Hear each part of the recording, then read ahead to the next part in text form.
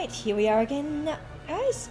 We're in the Garum Scythe sewer, and just doing the story section where you would be acquiring additional party members. We've picked up 2 extra party members, which were Balthier and Ash. Neither of them have particularly good grids, as neither have access to magic. They both managed to luck out with 0 magic spells available in their sections, although Balthier does have access to bows, so he has ranged weapons, which is useful for flying enemies. So, plan of attack for today is complete the Garum Scythe section, and we can get as far as the tube fuse check, which is in the beginning of the Barroom Passage. Unfortunately, unless we get super duper lucky and pick up the tube fuse along the way, although I do not believe that there are any checks that could yield it between now and then that we can redeem. There are checks that we can do, which is why we're taking the time to go through the sewers instead of just warping back to the main section of the game. So there's not... The tube fuse check itself is a check, obviously. But the other checks in here, the main ones, are doing the fire main and doing the flans. Some extra gil, that'll be useful. And unfortunately those checks can't be redeemed until I get the clan primer.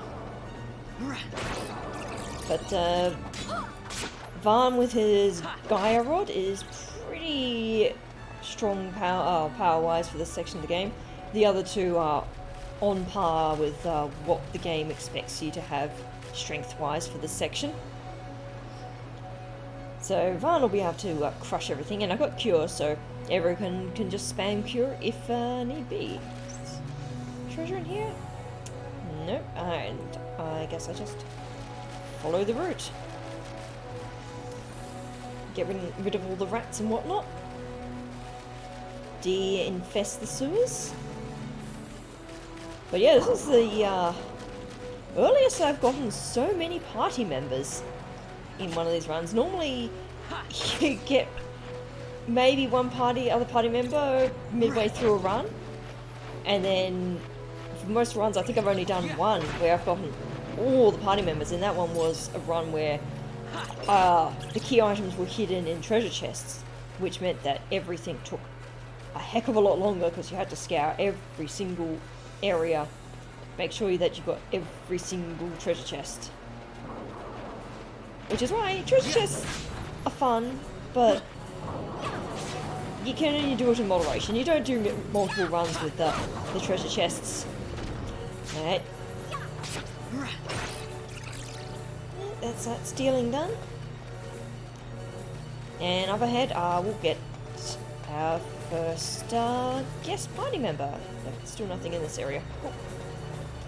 Periodically checking for see if there's any treasure spawns. If I can fetch it on the way out, I'll fetch it. Because this area is also the regular Garum Scythe water map, the treasure list kind of counts for both. Right. We're getting quite a ways through, and yeah, I spent a few license points making sure everyone's got buffed HP. At the moment, no one has any weapons or abilities that I'm gunning for. Alright, so this is going to be a cutscene, or a cutscene skip. That's taking a really, really long time to load. I think the game is just being slow loading on me today. Yep, there it is. And there's Ash. Who would be next? Close ranks. We don't need to see her. And now we have Pseudo. Oh, it's Phoenix down. Nice, good steal. And now we have Ash helping out.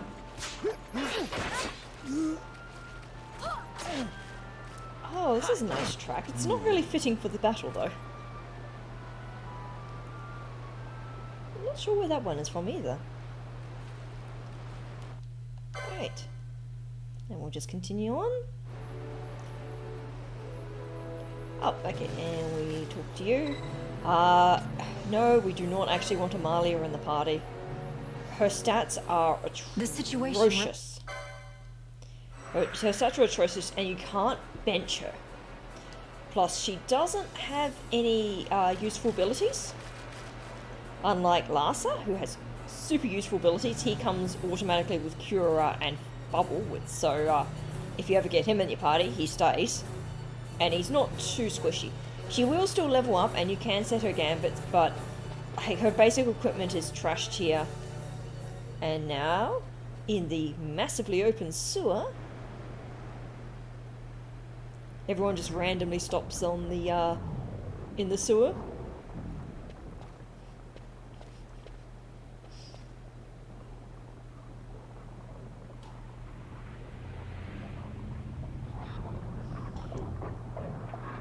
Hello, Clown.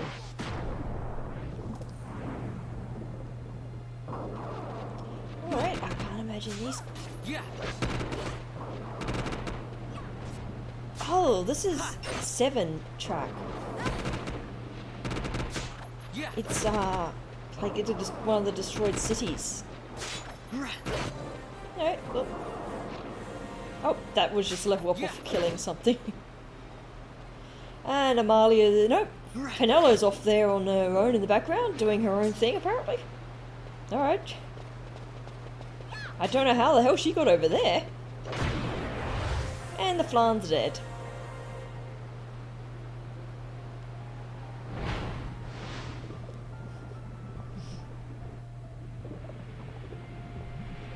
They do look kind of like an actual flan with the lighter yellow body and the crispy golden top. I think they'd be a little bit more toxic to eat than your average flan though.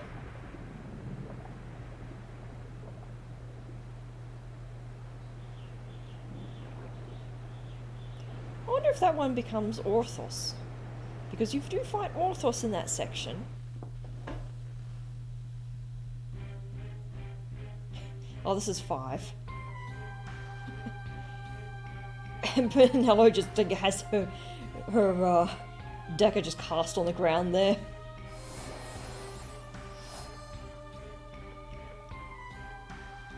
Alright. Once you get to a cutscene to progress to the victory pose section, you can't actually skip the cutscene. You can skip the cutscene before the victory poses start, but you can't skip it afterwards. Or once it's commenced, which is interesting. And obviously every single character has unique animations for every single type of weapon. Plus additional non-weapon animations. Alright, anything in here? Nope. Oh, Gigantoad. No, Gigantoad? Yeah, Gigantoad. These things can drop equipment. But... And I don't think I have anything to cure the blind, so Penella, you're just gonna have to make do with being blind. It's fine. Mine will have enough. Dish out enough damage. Blast Jewels are pretty good. And the Gaki Masara. These ones are a callback to an enemy from Final Fantasy V, who, interestingly enough, lives in a sewer and is an imp-type enemy. Super dangerous if you encounter it early on. Because it has, like, you can encounter it pretty early in the game, but it has, like, stats for basically a mid-game level enemy. So you can fight it and accidentally get completely wiped. It doesn't even yield any good... Okay. Well, that's different. I've never had the map textures do that before.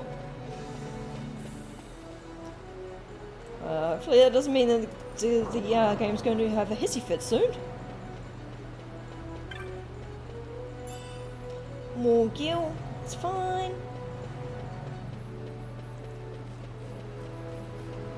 Barnes just targeted something down there. And we'll see if there's anything over here. Just collecting a few enemies. That's fine. They can't dish out enough damage to seriously hurt me, so it doesn't matter if I have a little bit of an enemy train here. But I will take those demon eyeballs. I think they sell for a half decent amount at the moment compared to what else I have. Oh, and Panelo's got silence as well. Oh dear.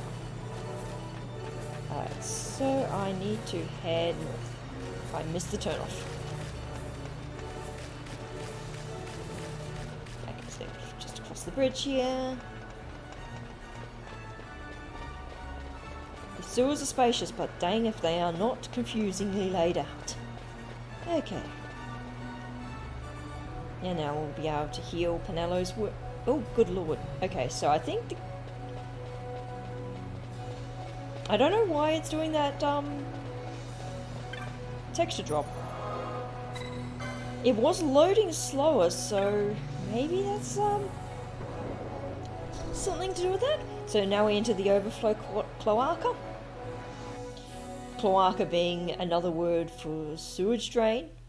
It is also another more in not safe for work meaning. Right. And this is the area where we fought the Wraith Hunt.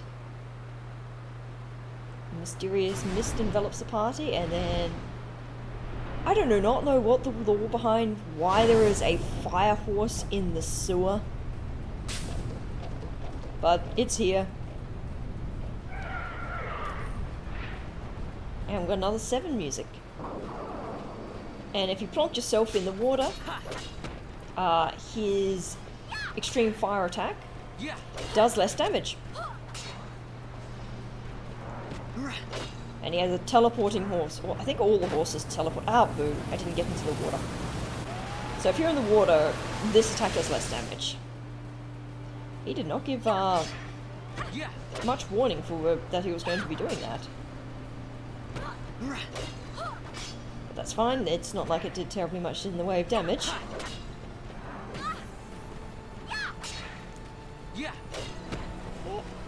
Well, I think last time we fought this, we were so horrendously over-leveled that it died in literally one hit.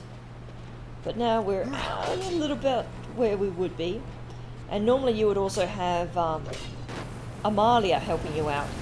So you'd have one extra person doing a bit more damage. But I guess it makes up for Farn's weapon being stronger than it should be for this point in the game. And for some reason the fire attack is able to poison. I guess because burn status does not exist here.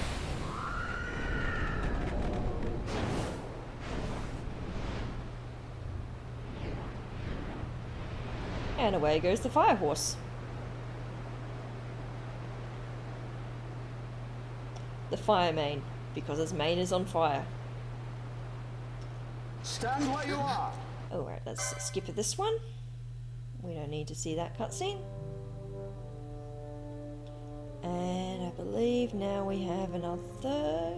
No, we should be... I think there is another cutscene that we need to skip. But now we should be waking up in the...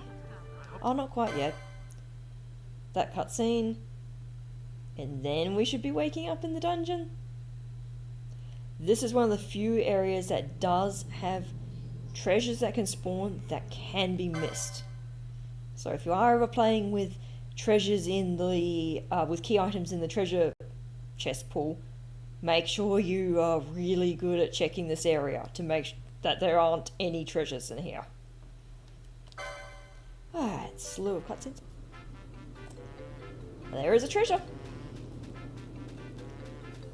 Not quite sure this music fits for the location. I mean, I like the Chocobo theme. It's not really dungeon theme. And another checkpoint crystal, just in case you wanted to hightail it back to Rabanastalo Town. Again, might as well get through this and get that check for the tube fuse. And because this is in the randomizer, you don't have your equipment nicked. Or your party members nicked. Yeah. So, this fight, which can be kind of annoying in a casual, actual proper playthrough, is slightly more trivial. You've got an extra party member, and you've got all your equipments. Plus, I think I'm like 10 levels higher than what you'd expect to be there.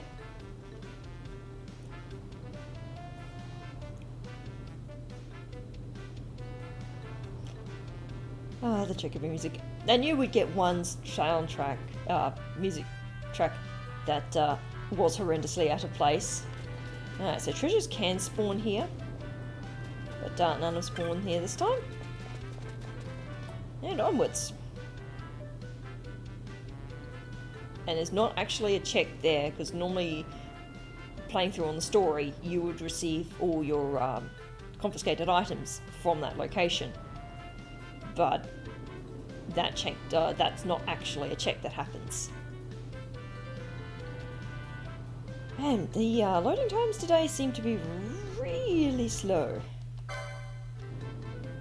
Alright, do we have any treasure? Boo! 2 treasures in this area. This area sucks for finding them. It's a dark area, I just don't particularly like hunting for treasures in the dark areas. On the plus side, the enemies can drop more Phoenix Downs. And until I've got some sort of a revival spell, that's going to be useful. I don't know why you targeted the thing down there, guys, but whatever. Do nothing down there. Potions, nice. Right. I'm not going to be super scouring for treasures in here, but if I spot them, I'll grab them and kill any hoplites and whatnots on the way. The potions in that and incidental tiny amount of gil that they drop, it adds up. Right, so I'm still heading in the right direction. Good. Yeah, let's get rid of that. And down here. Hopefully none of those treasures had something useful like bravery in them, but that's just the price to play. The party will definitely live. Alright, and so now we should be entering the first area of the Barheim Passage. And we'll have another shop to check here, actually. I forgot about the Burrow shop. Alright, we have Barsh. We do not want this Barsh. That Barsh is the worst. No treasures in here. The worst party member that you can get.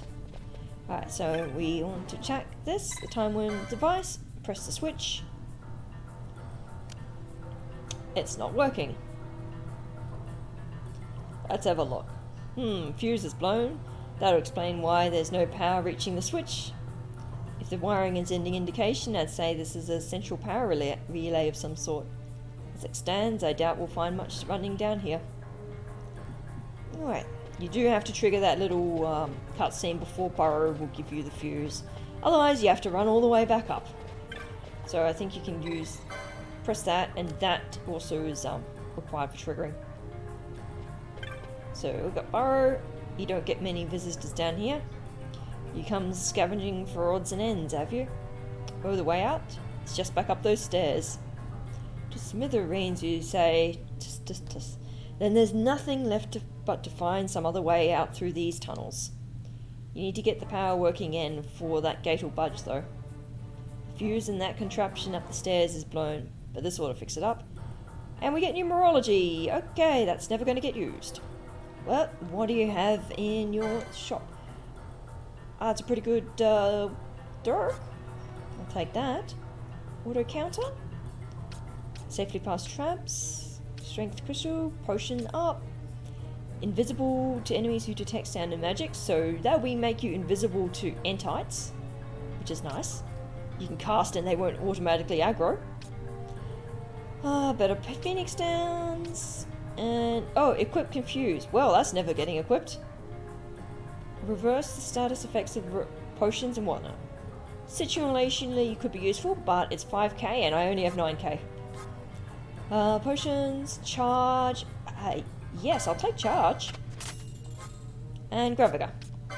Alright, let's sell off the random loot that we got and hopefully get a good bazaar item.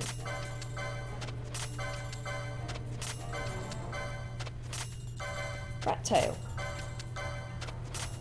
That's got to be a rare item. And we got something. Eye drop set. Stun bombs. Well. Right. Well, that's that section done.